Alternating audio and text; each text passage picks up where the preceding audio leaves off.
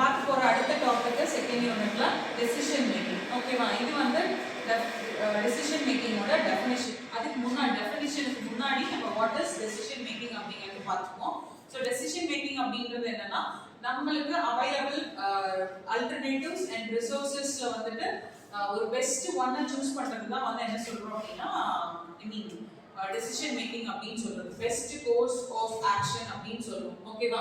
So ஒரு definition கொடுத்துருக்காங்க. Decision making is a process of selecting one course of action from alternatives அப்படிங்கிறது தான் இங்க டெசிஷன் மேக்கிங் அப்படின்னு சொல்றோம். ஓகே, ஸோ நேச்சுரல் ஒரு பிசினஸ் அப்படின்னு எடுத்துட்டோம்னா டே டு டே ஆபரேஷன்ஸ் நடக்கிறதுல வந்துட்டு நம்ம என்ன டெசிஷன் அப்படிங்கிற விஷயம் இல்லாம நம்ம என்ன பண்ண முடியாது அப்படின்னா ஒரு பிசினஸை ரன் பண்ணவே முடியாது. ஓகேவா? அந்த மாதிரி ஒரு இம்பார்ட்டன்ட் கான்செப்ட் தான் இந்த டெசிஷன் மேக்கிங் அப்படின்னு சொல்றது.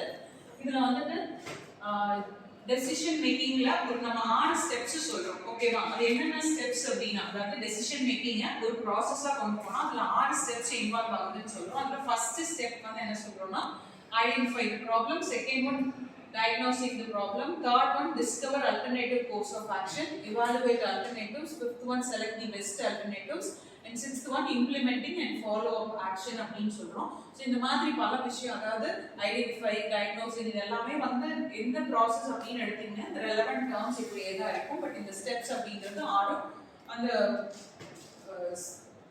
சீக்வென்ஸ் மாறாம ரிப்பீட் பண்ணணும். இதுதான் வந்துட்டு டெசிஷன் மேக்கிங் ப்ராசஸ் அப்படின்னு சொல்றோம். அது ஃபர்ஸ்ட் திங் வந்து என்னன்னு சொல்றோம்னா ஐடென்டிஃபை தி ப்ராப்ளம். ஒரு டெசிஷன் நம்ம ப்ராப்பரா எடுக்கணும் அப்படின்னா, ஒரு ப்ராப்பர் டெசிஷனா எடுக்கணும் அப்படின்னா அது ஃபர்ஸ்ட் என்ன பண்ணணும் அப்படின்னா வாட் இஸ் தி ப்ராப்ளம் அப்படிங்கிறது வந்து கிளியராகவும் அதுல ஒரு கிளாரிட்டியும் அப்படிங்கிறது வந்து ரொம்ப முக்கியம். அதுதான் first step, identify the problem. What is the problem அப்படிங்கிறது வந்து நம்ம கிளியர்லி நம்ம அண்டர்ஸ்டாண்ட் பண்ணிக்கணும் அப்படின்னா that is வந்து என்ன சொல்வாங்கன்னா half solved problem அப்படினு சொல்வாங்க. எப்போ வந்து ப்ராப்ளமை நம்ம ஃபுல்லா அண்டர்ஸ்டாண்ட் பண்ணிட்டு கிளியரா வந்துட்டு எடுத்துட்டோம் அப்படின்னா சோ அதுவே வந்து பாதி வந்து என்ன ஆயிடும், சால்வ் பண்ண ப்ராப்ளமா மாறிடும். அப்போ வந்து ஃபர்ஸ்ட் ஸ்டெப் அதனால தான் என்ன சொல்றாங்க அப்படின்னா ஐடென்டிஃபை தி ப்ராப்ளம் அப்படினு சொல்றது. ஓகே, அண்ட் செகண்ட் ஒன் வந்து என்னன்னா டயக்னோசிங் தி ப்ராப்ளம் அப்படினு சொல்றோம். இது ஃபர்ஸ்ட் ஸ்டெப்போட ரிலேட் பண்ணி பார்த்தோம் அப்படின்னா டயக்னோசிங் தி ப்ராப்ளம் அப்படிங்கிறது ஃபர்ஸ்ட் என்ன பார்த்தோம்னா ஃபர்ஸ்ட் ஸ்டெப் வந்துட்டு ஐடென்டிஃபை தி ப்ராப்ளம். இதுல வந்துட்டு just what is the problem அப்படிங்கறத ஐடென்டிஃபை பண்றோம். Second one diagnosing the problem அப்படினா அந்த ப்ராப்ளம் ரிலேட்டடான இன்ஃபர்மேஷனையும் ஃபேக்ட்ஸையும் வந்துட்டு நம்ம என்ன பண்றோம்னா கலெக்ட் பண்றது தான் செகண்ட் டயக்னோசிங் தி ப்ராப்ளம் அப்படினு சொல்றோம். ஓகேவா? சோ இந்த கலெக்டட் இன்ஃபர்மேஷன்ஸ் எல்லாத்தையும் வச்சுட்டு discover alternative course of action, third one இதுல வந்துட்டு டெசிஷன் மேக்கிங் ப்ராசஸ். இதுல நான் என்ன பண்றோம் அப்படின்னா நம்ம கலெக்ட் பண்றோம் ரெலவென்ட் இன்ஃபர்மேஷன்ஸ் அண்ட் ஃபேக்ட்ஸ் எல்லாத்தையுமே வந்து ஒன் பை ஒன்னா நம்ம லிஸ்ட் பண்ணிட்டு டிசைரபிள் ஆல்டர்னேட்டிவ்ஸ் வந்து நம்ம சூஸ் பண்றதுக்காக அதை லிஸ்ட் பண்றோம். ஓகேவா? நம்ம என்னென்ன இன்ஃபர்மேஷன் ரிலேட்டட் வித் ப்ராப்ளம் நம்ம கலெக்ட் பண்ணோமோ அது எல்லாத்தையும் நம்ம என்ன பண்றோம் லிஸ்ட் பண்றதுக்கு தான் இந்த இடத்துல லிஸ்டிங். அந்த லிஸ்ட் பேஸ் பண்ணி நம்ம என்ன பண்ணிக்கலாம் அப்படின்னா ஒரு பெஸ்ட் ஆல்டர்னேட்டிவ் நம்ம சூஸ் பண்ண முடியும் அப்படின்னு சொல்றோம். அதாவது இந்த ஸ்டெப்ல நம்ம அந்த ரிலேட்டடான ப்ராப்ளம் ஐடென்டிஃபை பண்றோம். என்னென்ன மாதிரியான ப்ராப்ளம்ஸை நீங்க எப்படி எல்லாத்தையும் வந்துட்டு நம்ம ஓவர் கம் பண்ண முடியும், அதுக்கு என்னென்ன ஐடியாஸ் இருக்கு அப்படிங்கிறது எல்லாத்தையும் கொண்டு வர ஸ்டெப் தான் வந்துட்டு இங்க discover alternative course of action, third one அப்படிங்கிறது சொல்றோம். Okay, then evaluate alternatives. இப்போ நம்ம லிஸ்ட் பண்ணியிருக்கிற alternatives எல்லாத்தையும் வந்து என்ன பண்றோம் அப்படின்னா evaluate, analyze பண்றோம் whether it suits our business or problem அப்படிங்கிறது. நம்ம ஒரு பர்టిక్యులர் ப்ராப்ளம்க்கு வந்துட்டு ஒரு சொல்யூஷன் அப்படின்னா அது வந்து என்ன பண்ணிருக்கோம் நம்மளோட பிசினஸ்க்கும் இல்ல அது வந்து ப்ராப்ளம்க்கும் ரெலவென்ட்டான ஐடியா, மேபி இந்த பெஸ்ட் இந்த ஒன்னு பெஸ்ட் ஆல்டர்னேட்டிவ் நம்ம சூஸ் பண்ணோம் அப்படின்னா maybe give a better solution அப்படினா அத வந்து சூஸ் பண்றது தான் இந்த evaluation. அந்த அனாலிசிஸ் தான் வந்துட்டு evaluation of alternatives அப்படி நம்ம சொல்றோம். அடுத்து ஸ்டெப் 5 வந்து select the best alternative. நம்ம லிஸ்ட் பண்ணியிருக்கிறது நமக்கு எது பெஸ்ட் அப்படிங்கறது ஒண்ணா ஃபைனலா வந்து என்ன பண்றோம் அப்படினா செலக்ட் பண்ணிடுறோம். ஓகேவா? அதாவது பெஸ்ட் ஆல்டர்னேட்டிவ் அப்படிங்கிறது ஒரு ப்ராப்ளம்க்கான சொல்யூஷன். இப்போ என்ன ஆயிடும், ஃபர்ஸ்ட்ல இருந்து பார்த்தோம் அப்படின்னா ப்ராப்ளம் ஐடென்டிஃபை பண்றோம், அதுக்கான ரெலவெண்ட் இன்ஃபர்மேஷன்ஸ் கலெக்ட் பண்றோம், தென் அதை லிஸ்ட் பண்றோம், அதை அனலைஸ் பண்றோம், தென் எவாலுவேட் பண்றோம். அடுத்து வந்து என்ன பண்றோம் அப்படின்னா பெஸ்ட், அதுல ஒன்னு பெஸ்ட் நம்ம செலக்ட் பண்ணிடுறோம். செலக்ட் பண்ண ஆல்டர்னேட்டிவ்ஸ் வந்துட்டு நம்ம என்ன பண்றோம், இம்ப்ளிமெண்டிங் அண்ட் ஃபாலோ ஆக்ஷன்ஸ் அப்படின்னு சொல்றோம். இம்ப்ளிமெண்டிங்னா பிசினஸ் ரிலேட்டட் ப்ராப்ளம்ஸோட நம்ம ஃபைன் பண்ணி வச்சிருக்கீங்க ஃபைனலா எடுத்து வச்சிருக்கிற ஆல்டர்னேட்டிவ் வராது ஒரு சொல்யூஷனை வந்துட்டு சூட் அப் பண்ணி பார்க்கறது தான் இந்த இம்ப்ளிமெண்டிங் அண்ட் ஃபாலோ ஆக்ஷன்ஸ்.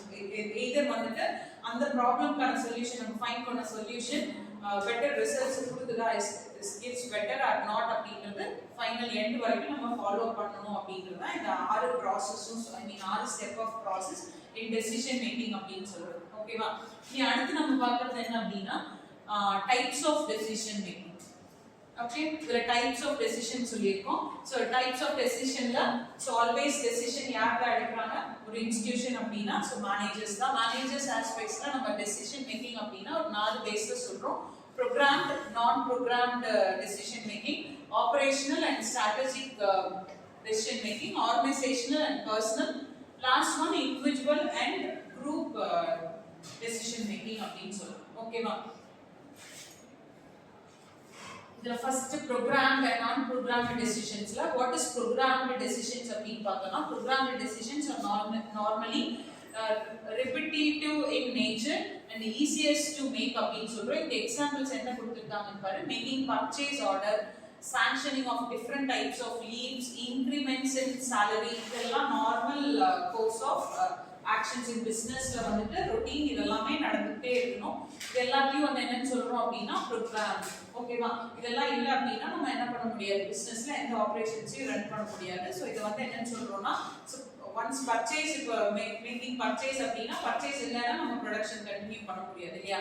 அந்த மாதிரி making purchase order, different leaves, increments in salary, இது எல்லாமே எதுக்கு எக்ஸாம்பிள் சொல்றாங்க, ப்ரோக்ராம்டு டெசிஷன்ஸ்க்கு சொல்றாங்க. ஓகே, நார்மலா இதை வந்து நம்ம என்ன பண்ண வேண்டியது இல்லை அப்படின்னா ஒரு ப்ராப்ளம் இருந்தாதான் ஒரு முடிவு அப்படிங்கிறது டெசிஷன்ஸ் எடுக்கணும் அப்படிங்கிறது இல்லை. டே டு டே நம்ம பிசினஸ்ல ஒரு ஆக்ஷன்ஸையும் நம்ம என்ன பண்ணிட்டே இருக்கோம் அப்படின்னாலும் என்னதான் ஒரு பெட்டர் வேலை கொண்டு போறோம் அப்படின்னாலும் தட் இஸ் கம்மிங் அண்டர் என்ன டைப்ல சொல்றோம் அப்படின்னா ப்ரோக்ராம்டு டெசிஷன் மேக்கிங் அப்படின்னு சொல்றோம். நான் ப்ரோக்ராம்டு டெசிஷன் மேக்கிங் அப்படின்னா ஸோ அதுல இருந்து இது டிஃப்ரெண்ட், அது ரொட்டீன் ஆக்ஷன்ஸ் வந்துட்டு நம்ம எடுக்கிற ஒரு டெசிஷன்ஸையும் ப்ரோக்ராம்டு டெசிஷன்ஸ் அப்படிங்கிறோம். இங்க வந்து நான் ரொட்டீன் இன் நேச்சர் அப்படிங்கிறது தான் நான் programmed decision making.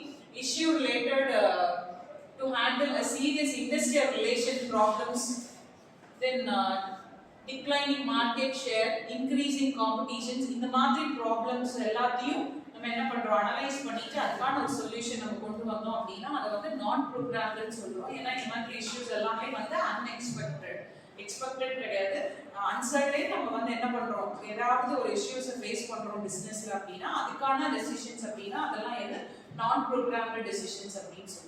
Okay, then next வந்துட்டு ஆபரேஷனல் அண்ட் ஸ்ட்ராட்டஜிக் டெசிஷன்ஸ் அப்படின்னு சொல்றோம். இந்த ஆபரேஷனல் அப்படிங்கிறது பிரைமரி பர்பஸ், நம்ம எக்ஸாம்பிள்ஸ் கொடுத்துருக்காங்க. Better working condition, effective supervision, better maintenance of equipments, இதெல்லாம் நார்மல் ஒரு பிசினஸ் ப்ராப்பரா ரன் ஆகணும் அப்படின்னா அந்த ஆபரேஷன் பேஸ் பண்ணி நம்ம ஒரு டெசிஷன்ஸையும் எடுக்கிறோம் அப்படின்னா ஒரு ஃபைனல் அவுட்புட் போறோம் அப்படின்னா அதுதான் வந்து ஆபரேஷனல் டெசிஷன்ஸ் அப்படின்னு சொல்றோம். ஓகேவா? So இது வந்து focus on operational decision is on the short run.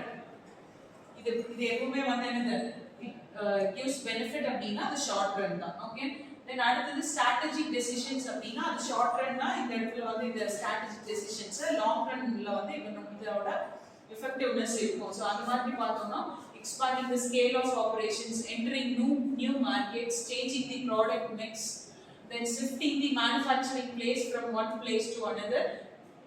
இந்த மாதிரி ஆக்ஷன்ஸ்க்கு நம்ம ஒரு டெசிஷன் எடுக்கிறோம் அப்படின்னா அது எல்லாத்தையும் என்னன்னு சொல்றோம்னா ஸ்ட்ராட்டஜிக் டெசிஷன் அப்படின்னு சொல்றோம். இப்போ ஒரு மார்க்கெட்ல புதுசா ஒரு ப்ராடக்ட் இன்ட்ரடியூஸ் பண்ணணும் அப்படிங்கறத கிரியேட்டிங் நியூ மார்க்கெட்ஸ் அப்படி இருக்கிறப்போ இல்ல மார்க்கெட் மிக்ஸ், அதாவது ஷிஃப்டிங் மேனுஃபேக்சரிங் பிளேஸ் ஒரு பிளேஸ்ல இருந்து இன்னொரு பிளேஸ்க்கு நம்ம மேனுஃபேக்சரிங் யூனிட் மாத்துறோம். இது எல்லாமே வந்து என்ன அப்படின்னா it gives long run benefit அப்படிங்கிறது தான். ஓகே, இப்போ நீ மார்க்கெட் ஷேர் இன்க்ரீஸ் பண்றீங்க அப்படின்னா ஆட்டோமேட்டிக்கா என்ன ஆகும், உங்களோட ப்ராஃபிட் சேல்ஸ் எல்லாமே இன்க்ரீஸ் ஆகும் இல்லையா, அதனோட எஃபெக்டிவ்னஸ் எங்க இருக்கும் உன்னோட பிசினஸ்ல ஃபார் லாங் ரன், ரொம்ப நாளுக்கு இருக்கும் அப்படின்றது தான். ஸோ இந்த ஸ்ட்ராட்டஜிக் டெசிஷன் இதை பேஸ் பண்ணி என்னோட முடிவுகள் டெசிஷன்ஸ் இருந்துச்சு அப்படின்னா இதை பேஸ் பண்ணி ஸோ ஏதாவது ஒரு problem that gives long benefit அப்படின்னா அதுக்கான முடிவு டெசிஷன்ஸ் அப்படின்னா அது வந்து ஸ்ட்ராட்டஜிக் டெசிஷன்ஸ் அப்படின்னு சொல்லுவோம். ஓகே, தென் நெக்ஸ்ட் வந்துட்டு ஆர்கனைசேஷனல் அண்ட் பர்சனல் டெசிஷன்ஸ் அப்படின்னு சொல்றது. Organisational decisions taken by managers in the ordinary course of business in their capacity as manager. In organizational issues and organizational decisions only relating the decisions of being a manager taken only for the benefit of organization. சரியா, benefit organization அதனோட ரிலேட்டடான issues, so அதனோட benefit அதுக்காக மட்டும் decisions எடுத்தாங்க அப்படின்னா இதெல்லாம் organisational decisions சொல்றோம். அதுக்கு எக்ஸாம்பிள்ஸ் வந்து decision regarding introducing a new incentive system, transferring an employee, reallocation etc. இது எல்லாத்தையும் எதுக்கு எக்ஸாம்பிள் சொல்றோம், ஆர்கனைசேஷனல் டெசிஷன்ஸ்க்கு எக்ஸாம்பிள் சொல்றோம். ஓகே, தென் பர்சனல் டெசிஷன்ஸ் அப்படிங்கிறது வந்து within manager to take some decisions which are purely personal in nature. அதாவது யாரையும் கன்சிடர் பண்ண வேண்டியது இல்லை. as a manager by his own வந்து என்ன பண்ணிக்கலாம் அப்படின்னா டெசிஷன்ஸ் எடுக்கிறாங்க. மேனேஜர் தான் அப்படின்னு இல்லை, ஒரு எம்ப்ளாயி ஒரு வேலையை விட்டு நிற்கிறாங்க, குவிட் பண்ணி போறாங்க அப்படின்னா ஸோ அந்த மாதிரி ஒரு டெசிஷன்ஸையும் இங்கே என்னதான் டைப் பண்றோம் அப்படின்னா இந்த இடத்துல பர்சனல் டெசிஷன்ஸ் அப்படின்னு சொல்றோம். அதாவது பர்சனல் டெசிஷன்ஸ்னா உங்களோட இண்டிவிஜுவல் அதர் தென் பிசினஸ் இந்த இடத்துல பர்சனல் சொல்றேன். பர்சனலி ஐ மீன் உங்களோட ஆர்கனைசேஷனோட கம்பெனி பண்ணி அதுல இருந்து ஏதாவது ஒரு முடிவுகளை நீ ஏன் தனிப்பட்டு எடுக்கணும் அப்படின்னா ஸோ அதை வந்து என்ன சொல்றோம் அப்படின்னா பர்சனல் டெசிஷன் அப்படின்னு சொல்றோம். ஓகே,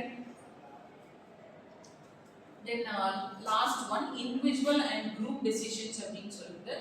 இண்டிவிஜுவல் அப்படிங்கிறது மேனேஜராலும் ஒரு டெசிஷன்ஸ் எடுக்கிறாரு இஷ்யூஸ்க்கு அப்படின்னா ஸோ தட் என்ன சொல்றோம் இண்டிவிஜுவல் அப்படின்னு சொல்றோம். So common some decisions are taken by manager individually while some decisions are taken collectively by a group of managers. ஒரு சில டைம்ல வந்து என்ன ஆகும் அப்படின்னா இண்டிவிஜுவல் மேனேஜர் மட்டும் என்ன பண்ணலாம் அப்படின்னா ஒரு டெசிஷனை எடுக்கலாம் அப்படின்னா ஸோ அது என்ன டெசிஷன் இண்டிவிஜுவல் டெசிஷன் அப்படின்னு சொல்றோம்.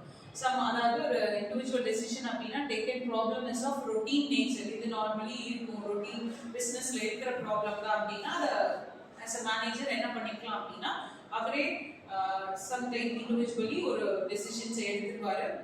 no need to consider other level of managers consider பண்ண வேண்டியது இல்லை அப்படின்னா ஸோ அது வந்து இண்டிவிஜுவல் டெசிஷன் அப்படின்னு சொல்றோம்.